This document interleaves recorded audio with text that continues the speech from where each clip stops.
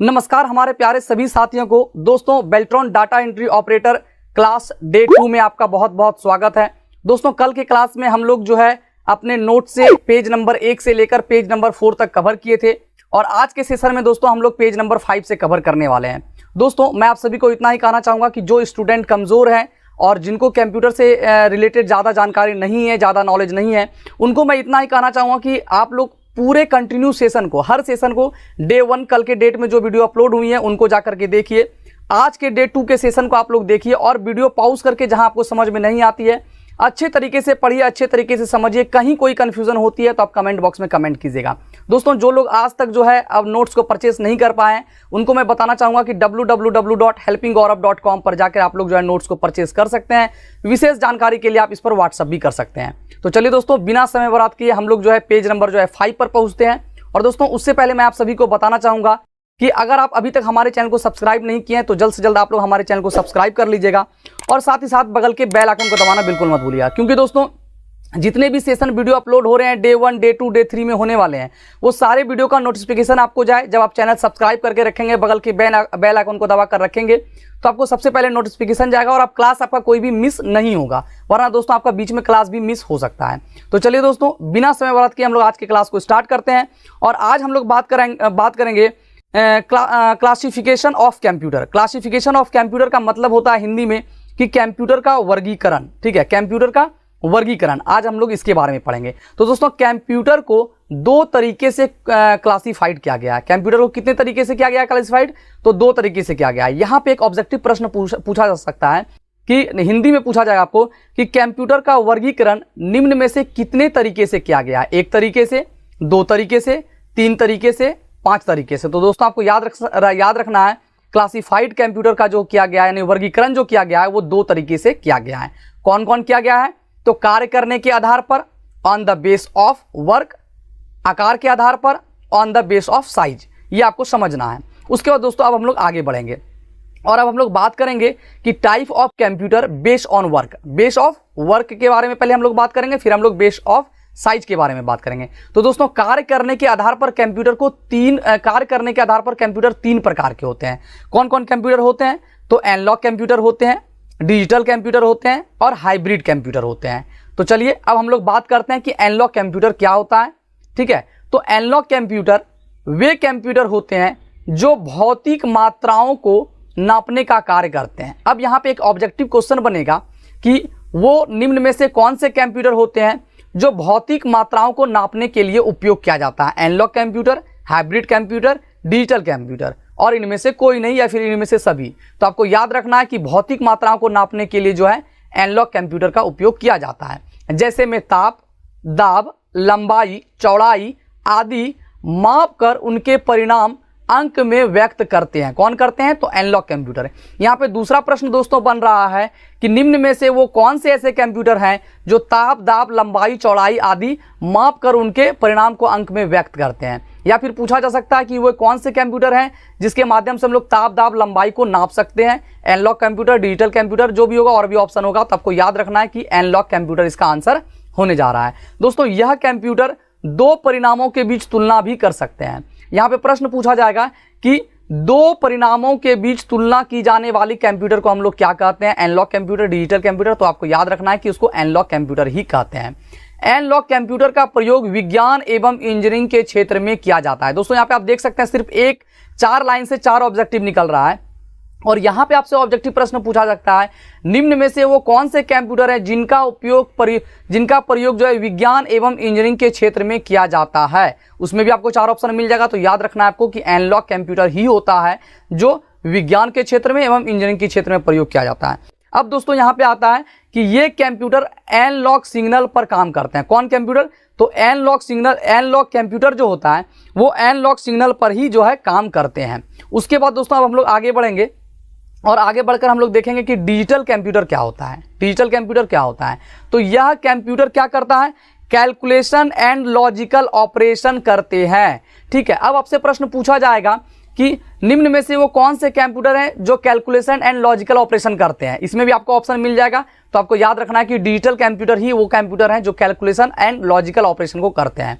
Digital computer data एवं programme को 0-1 में परिवर्तन करके उनको इलेक्ट्रॉनिक रूप उनको जो है इलेक्ट्रॉनिक रूप में लेता है।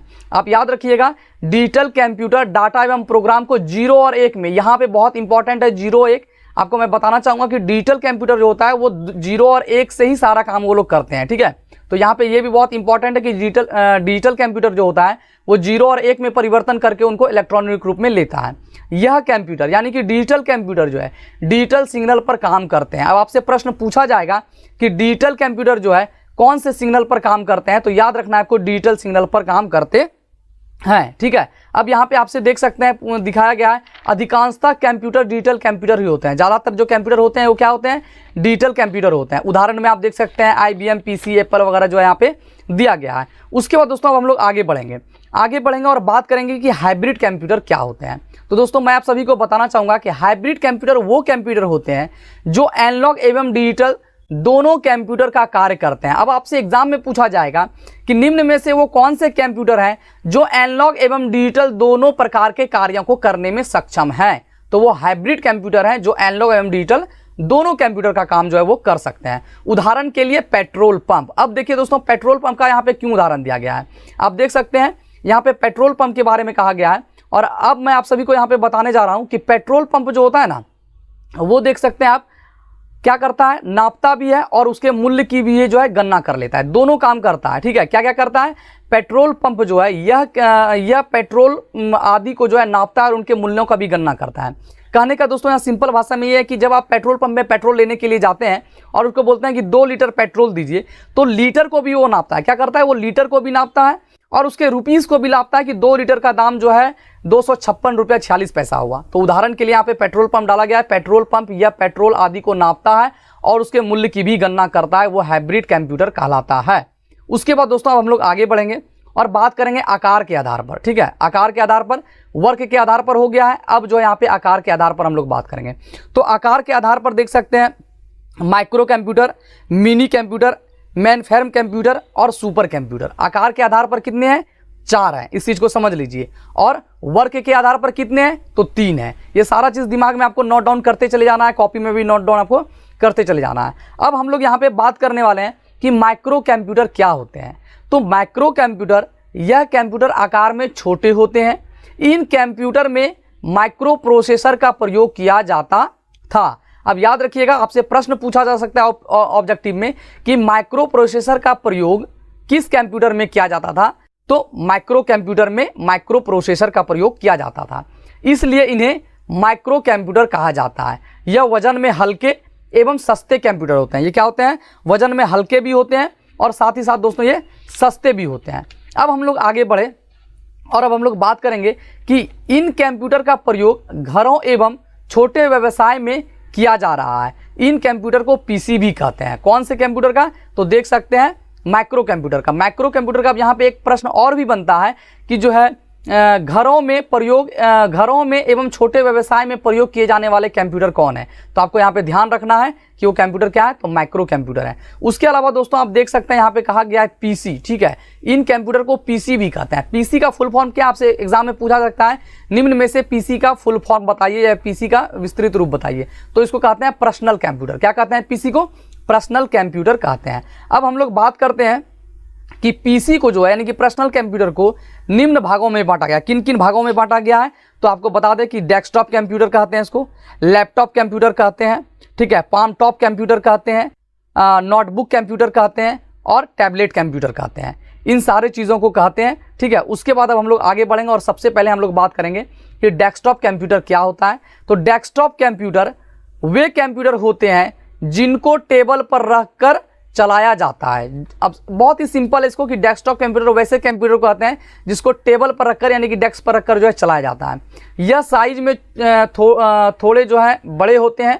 इसमें सीपीयू, मॉनिटर, कीबोर्ड, माउस आदि होते हैं, ठीक है। डेस्कटॉप कंप्यूटर में क्या होता है, ये सारा चीज़ आप देख सकते हैं, यहाँ पे फिगर बना हुआ है, ठीक है। ये कीबोर्ड है आपका, ये माउस है, ये स्पीकर यहाँ पे डाला गया, ये देख सकते हैं आप सीपीयू है, ठीक है। वो सारा चीज़ जो है होता है, ठीक है। उसके आगे दोस्तों हम लोग बात करें और अब हम लोग बात करेंगे लैपटॉप के बारे में, ठीक है, कि लैपटॉप कंप्यूटर क्या है। तो लैपटॉप कंप्यूटर वे कंप्यूटर होते हैं जिनको गोदी में रखकर चलाया जाता है, यानी जिसको गोद में आप लोग रख कर चला सकते हैं, उसको हम लोग लैपटॉप कहते हैं। क्या कहते हैं? लैपटॉप कहते हैं। और आज के ज़माने में लगभग सारे लोग लैपटॉप को देख चुके हैं, लैपटॉप को चला चुके हैं। ठीक है, यह साइज में क्या होते हैं? बहुत छोटे हैं, बिल्कुल बहुत छोटा होता है। उसको बैग में लेकर कहीं भी जा सकते हैं। ठीक है, यह डेस्कटॉप कंप्यूटर से महंगे कंप्यूटर होते हैं। ये बिल्कुल सही है कि जो डेस्कटॉप कंप्यूटर होता है वो थोड़ा सस्ता होता है लैपटॉप के मुकाबले। ठीक है, लैपटॉप थोड़ा महंगा आता है। इसमें CPU, कीबोर्ड, माउस एक साथ होते हैं। आप देखते होंगे कि लैपटॉप में जो है कीबोर्ड उसमें डाला हुआ रहता है और माउस के लिए दोस्तों वहाँ पे पैड लगा रहता है। और इसमें जो है पावर के लिए बैटरी का प्रयोग करते हैं। किसमें? तो लैपटॉप में पावर के लिए किसका प्रयोग करते हैं? तो बैटरी का प्रयोग हम लोग करते हैं। और लैपटॉप में माउस जो है, कीबोर्ड, CPU वगैरह सब इसमें लगा होता है। अब हम लोग आगे बढ़ते हैं और अब हम लोग बात करेंगे पाम टॉप कंप्यूटर के बारे में। किसके बारे में बात करेंगे? तो पाम टॉप कंप्यूटर के बारे में बात करेंगे। यह क्या कंप्यूटर होता है, कैसे वर्क करता है, ये सारा चीज़ हम लोग आज के सेशन में पढ़ेंगे। तो दोस्तों, पाम टॉप कंप्यूटर, यह कंप्यूटर लैपटॉप कंप्यूटर से छोटे होते हैं। किससे होते हैं? लैपटॉप कंप्यूटर से छोटे होते हैं, जिनको हथेली में रखकर चलाया जा सकता है। अब आपसे प्रश्न पूछा जा सकता है, निम्न में से वो कौन से कंप्यूटर होते हैं जिनको हथेली में रखकर चलाया जा सकता है? तो आपको ऑप्शन में दे देगा डेस्कटॉप कंप्यूटर, लैपटॉप कंप्यूटर और पाम टॉप कंप्यूटर। तो आपको टच किस पे करना है? टच करना है आपको पाम टॉप कंप्यूटर। ये हथेली में रखकर चलाया जा सकता है। इसमें CPU, कीबोर्ड, माउस एक साथ होते हैं। इसमें पावर के लिए बैटरी का प्रयोग होता है। इसकी कार्य करने की क्षमता जो है लैपटॉप कंप्यूटर से थोड़ी कम होती है। लैपटॉप से इनकी कार्य क्षमता कम होती है। आप देख सकते हैं यहाँ पे जो है सिंबल भी यहाँ पे डाल दिया गया है, पाम टॉप कंप्यूटर कैसा होता है इसको आप लोग देख सकते हैं। उसके अलावा दोस्तों अब हम लोग आगे बढ़े और अब हम लोग बात करेंगे नोटबुक कंप्यूटर क्या होता है। तो नोटबुक कंप्यूटर लैपटॉप कंप्यूटर के समान ही होते हैं। लैपटॉप कंप्यूटर के समान कौन सा कंप्यूटर होता है? तो नोटबुक कंप्यूटर, जिनको गोदी में रखकर, गोदी में मतलब गोद में रखकर चलाया जाता है। इसमें CPU, कीबोर्ड, माउस एक साथ होते हैं। इसमें पावर के लिए बैटरी का प्रयोग होता है। आप देख सकते हैं इसमें जो है CPU अंदर में ही होता है, माउस के लिए यहाँ पे देख सकते हैं पैड रहता है और कीबोर्ड यहाँ से यहाँ तक दिया हुआ है इसमें। तो देख सकते हैं नोटबुक कंप्यूटर ये होता है। उसके बाद दोस्तों अब हम लोग बात करेंगे टैबलेट कंप्यूटर के बारे में। टैबलेट कंप्यूटर क्या होता है? तो मैं आप सभी को बताने जा रहा हूँ कि यह कंप्यूटर बहुत ही छोटे कंप्यूटर होते हैं। टैबलेट देखते नहीं, मतलब बहुत ही सिंपल सा, फोन से थोड़ा आकार उसका बड़ा होता है। ठीक है, बस वही होता है टैबलेट कंप्यूटर। टैबलेट कंप्यूटर बहुत ही छोटे होते हैं। ठीक है, और यह जो है आप देख सकते हैं यह मोबाइल से थोड़े बड़े होते हैं। जैसे कि मैंने आपको पहले ही बताया कि मोबाइल से थोड़े क्या होते हैं? बड़े होते हैं। यह टच स्क्रीन होते हैं। आप देख सकते हैं टैबलेट में टच स्क्रीन होता है। ये है टैबलेट, आप देख सकते हैं ये टैबलेट होता है। और इसमें टैबलेट में आप यहाँ पे टच करके जैसे फ़ोन को चलाते हैं आप, ठीक है, टच फ़ोन को, उसी तरह आप इसको चला सकते हैं। उसके बाद दोस्तों अब हम लोग आगे बढ़ेंगे और हम लोग बात करेंगे मिनी कंप्यूटर की। किसके बारे में हम लोग बात करेंगे? तो मिनी कंप्यूटर की। यह क्या होता है? तो मिनी कंप्यूटर वो कंप्यूटर होते हैं जो कंपनियों एवं सरकारी ऑफिस में सर्वर कंप्यूटर के लिए प्रयोग किया जाता है। अब आपसे यहाँ पे एक ऑब्जेक्टिव प्रश्न पूछा जा सकता है, निम्न में से वो कौन से कंप्यूटर हैं जिनका जो है कंपनियों एवं सरकारी ऑफिस में सर्वर कंप्यूटर के कार्य के लिए प्रयोग में लिया जाता है या उपयोग में लाया जाता है? तो आपको याद रखना है कि मिनी कंप्यूटर हैं जो सर्वर के लिए जो है प्रयोग किया जाता है कंपनियों में या सरकारी दफ्तर में। उसके आगे दोस्तों हम लोग बढ़े तो इनकी जो है कार्य क्षमता माइक्रो कंप्यूटर से अधिक होती है। मिनी कंप्यूटर की कार्य क्षमता किससे अधिक होती है? तो माइक्रो कंप्यूटर से अधिक होती है। याद रखना है, इसमें भी प्रश्न पूछा सकता है कि माइक्रो कंप्यूटर से जो है तेज गति से कार्य करने वाला कंप्यूटर कौन होता है? तो मिनी कंप्यूटर होता है। ठीक है, अब आगे हम लोग बढ़ते हैं। इस कंप्यूटर पर एक साथ कई यूजर लॉगिन कर सकते हैं। आपसे पूछा जाएगा कि निम्न में से कौन से कंप्यूटर होते हैं जिनमें एक से अधिक यूजर लॉगिन कर सकते हैं? तो वो मिनी कंप्यूटर होते हैं। ठीक है, इनकी मेमोरी क्षमता बहुत अधिक होती है। किनकी मेमोरी क्षमता अधिक होती है? तो मिनी कंप्यूटर की मेमोरी क्षमता अधिक होती है। इनका हार्डवेयर समान कंप्यूटर से बड़ा होता है। जो समान कंप्यूटर होता है ना, उससे हार्डवेयर जो इसका क्या होता है? बड़ा होता है। उसका देखिएगा बड़ा होता है। उसके आगे दोस्तों हम लोग बात करें तो यहाँ पे देख सकते हैं यह कंप्यूटर घरों में प्रयोग होने वाला कंप्यूटर नहीं होता है। यह कंप्यूटर जो है घर में प्रयोग आप नहीं कर सकते हैं इसको। ठीक है, यह महंगे कंप्यूटर होते हैं। यह कौन से कंप्यूटर होते हैं? तो महंगे कंप्यूटर होते हैं। इसको ऑफिस और व्यवसाय के लिए उपयोग किया जाता है। इस कंप्यूटर का प्रयोग कंपनी के डेटाबेस को रखने के लिए, कंपनी के अन्य महत्वपूर्ण कार्य को करने के लिए किया जाता है। अब देख सकते हैं एक और यहाँ पे बहुत ही महत्वपूर्ण प्रश्न है कि PDP-8 जो है, PDP-8 फर्स्ट मिनी कंप्यूटर है। अब आपसे पूछा जा सकता है कि फर्स्ट मिनी कंप्यूटर निम्न में से कौन से हैं? तो आपको याद रखना है पीडीपी, ये बहुत ही इंपॉर्टेंट क्वेश्चन होने जा रहा है, आप नोट डाउन इसको कर लीजिए कि पीडीपी जो है फर्स्ट मिनी कंप्यूटर है। पीडीपी क्या है? पीडीपी 8 जो है वो फर्स्ट मिनी कंप्यूटर है। पीडीपी 8 क्या है? First mini computer. दोस्तों हम दो तीन बार रिपीट इसलिए कर रहे हैं ताकि आप लोग के दिमाग में भी अच्छे से जो है सेट होते चले जाए। जिसका विकास 1965 ईस्वी में किया गया था। अब यहाँ पे दो प्रश्न है कि पीडीपी 8 फर्स्ट मिनी कंप्यूटर है जिसका विकास जो है 1965 ईस्वी में किया गया था। इसका आकार फ्रिज के बराबर होता है। इसका आकार किसके बराबर होता है? तो फ्रिज के बराबर होता है। इसकी कीमत क्या होती है? तो आप देख सकते हैं $18,000 होती है। दोस्तों ये $18,000 ये हो सकता है आपसे एग्जाम में नहीं भी पूछा जाए, यहाँ पे विस्तार रूप से बता दिया गया है, लेकिन ये सारा चीज आपको याद रखना है कि फर्स्ट मिनी कंप्यूटर जो है पीडीपी 8 है 1965 इसमें बना। ठीक है, उसके आगे दोस्तों हम लोग आगे बढ़ेंगे तो पीडीपी 8 को किसने बनाया था? तो देख सकते हैं आप डीईसी कंपनी ने बनाया था। किसने बनाया था? डीईसी कंपनी ने बनाया था। अब डीईसी का पूरा नाम क्या है? तो देख सकते हैं डिजिटल इक्विपमेंट कॉर्पोरेशन। डीईसी का पूरा नाम क्या है? Digital equipment corporation. अब आपसे यहाँ पे एक और प्रश्न पूछा जा सकता है कि पीडीपी 8 फर्स्ट मिनी कंप्यूटर निम्न में से किस कंपनी के द्वारा बनाया गया? तो डिजिटल इक्विपमेंट कॉर्पोरेशन के द्वारा बनाया गया था, जिसको शॉर्ट में डीईसी कहते हैं।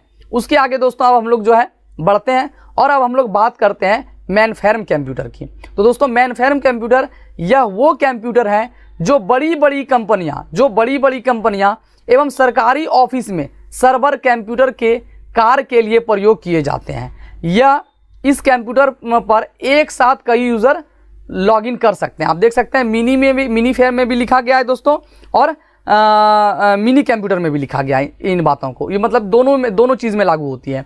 उसके आगे दोस्तों बढ़े तो आप देख सकते हैं इनकी मेमोरी क्षमता बहुत अधिक होती है। ठीक है, उसमें भी जो है अधिक होती थी। यह महंगे कंप्यूटर होते हैं। इन कंप्यूटर में माइक्रो कंप्यूटर का प्रयोग आप देख सकते हैं क्लाइंट के तौर पर किया जाता है। अब यहाँ पे क्वेश्चन बनता है कि निम्न में से कौन से कंप्यूटर हैं जिनको जो है माइक्रो कंप्यूटर का प्रयोग जो है क्लाइंट के रूप में किया जाता है? तो आपको याद रखना है कि इसका आंसर को क्या होने वाला है? तो इसका आंसर होने वाला है मेनफ्रेम कंप्यूटर। उसके बाद दोस्तों अब हम लोग बात करेंगे सुपर कंप्यूटर की कि सुपर कंप्यूटर क्या होता है। तो दोस्तों सुपर कंप्यूटर विशेष प्रकार के कंप्यूटर होते हैं। क्या होते हैं? विशेष प्रकार के कंप्यूटर होते हैं। इनका निर्माण विशेष कार्य के लिए किया जाता है। इनका निर्माण किसके लिए किया जाता है? तो विशेष कार्य के लिए किया जाता है। यह दुनिया के सबसे तेज और बड़े कंप्यूटर होते हैं। दुनिया के सबसे बड़े और तेज कंप्यूटर कौन होते हैं? तो सुपर कंप्यूटर, याद रखिएगा सुपर कंप्यूटर होते हैं। ठीक है, उसके अलावा दोस्तों इन कंप्यूटर में अनेक सीपीयू एक समांतर क्रम में लगे रहते हैं। अब यहाँ पे प्रश्न बनता है कि निम्न में से वो कौन से कंप्यूटर हैं जिनमें सीपीयू एक समांतर क्रम में लगे होते हैं? तो वो एक सुपर कंप्यूटर होता है, जिसके कारण इनकी कार्य करने की क्षमता बहुत अधिक हो जाती है। बहुत सारा सीपीयू समांतर क्रम में लगा रहेगा तो वास्तव में कंप्यूटर की गति क्या हो जाएगी? तेज हो जाएगी। एक सीपीयू लगा रहता है तो कंप्यूटर फास्ट चलता है, और इसमें अनेक सीपीयू लगा रहेगा तो वास्तव में जो है काफ़ी तेज गति से कार्य करेगा। अब देखिए क्या कहा जा रहा है कि विश्व का पहला सुपर कंप्यूटर, याद रखिएगा विश्व का पहला सुपर कंप्यूटर क्या है? तो CDC 6600। आप याद रखना है 6600। याद रखना, आपसे प्रश्न पूछा जाएगा ऑब्जेक्टिव में कि विश्व का पहला सुपर कंप्यूटर क्या है? तो CDC 6600 है। और भारत का पहला सुपर कंप्यूटर, यहाँ पे दो है, एक तो विश्व का पहला कंप्यूटर CDC 6600 और भारत का पहला कंप्यूटर जो है वो परम 8000 है। यहाँ पे दो बहुत ही महत्वपूर्ण प्रश्न है, दोनों को ध्यान रखना है, कहीं कंफ्यूज नहीं होना है कि विश्व के बारे में अगर पूछा जाएगा तो CDC 6600 और भारत का पहला सुपर कंप्यूटर के बारे में पूछा जाएगा तो परम 8000 आपको टिक करना है। उसके बाद दोस्तों अब हम लोग आगे बढ़ेंगे तो देख सकते हैं यहाँ पे सुपर कंप्यूटर के कार्य क्या है?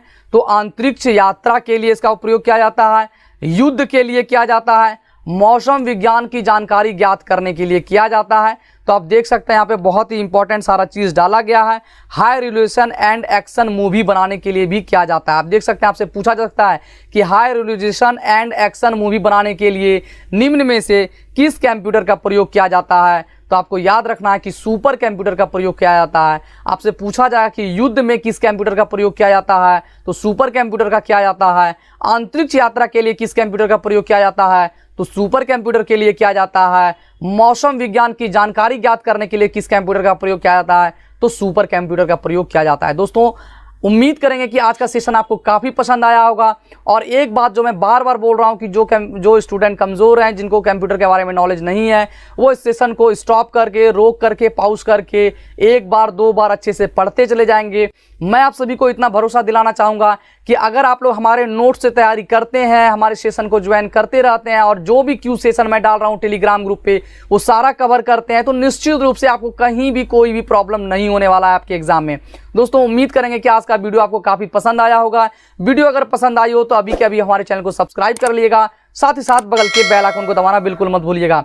साथ ही दोस्तों अगर आप अभी तक हमारे टेलीग्राम ग्रुप में नहीं जुड़े हैं तो इस वीडियो के डिस्क्रिप्शन बॉक्स पे जाइए, वहां आपको टेलीग्राम ग्रुप का लिंक मिल जाएगा, टेलीग्राम ग्रुप में जुड़ जाइएगा। और दोस्तों अगर आप अभी तक हमारे इस नोट्स को परचेस नहीं किए हैं तो जल्द से जल्द आप लोग नोट्स को परचेस कर लीजिए, क्योंकि अभी सिर्फ 10 पेज की पढ़ाई हुई है, अभी 979 पेज बाकी रह गए हैं। सारा मैं दोस्तों आपको कवर करवाने वाला हूं।